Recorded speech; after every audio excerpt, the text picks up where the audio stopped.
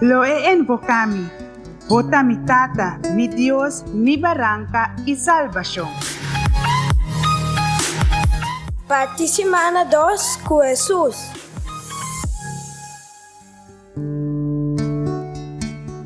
Nós participamos com Romano 4, versículo 13, 16 y 17. Dios permite a Abraham y su descendiente unang luhaya mundo como propiedad. Pero a promesa no estaba amarrada cumprimento com a lei de Moisés. Pero na hecho que Dios acepta gente, basta não querer entender. Pensei para a promessa assim na Abraham por a conta segura para todo su descendiente e mister tabata regalo de Deus basar riba fé. Esta conta para todo descendiente de Abraham, não solamente pesnan que obedecer a lei de Moisés, pero também pesnan que pede em Deus maneira Abraham. E Abraham tata de nós tur, maneira escrita em escritura.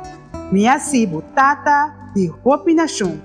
Eta tata de vista de Deus de quem ela pone sua fé.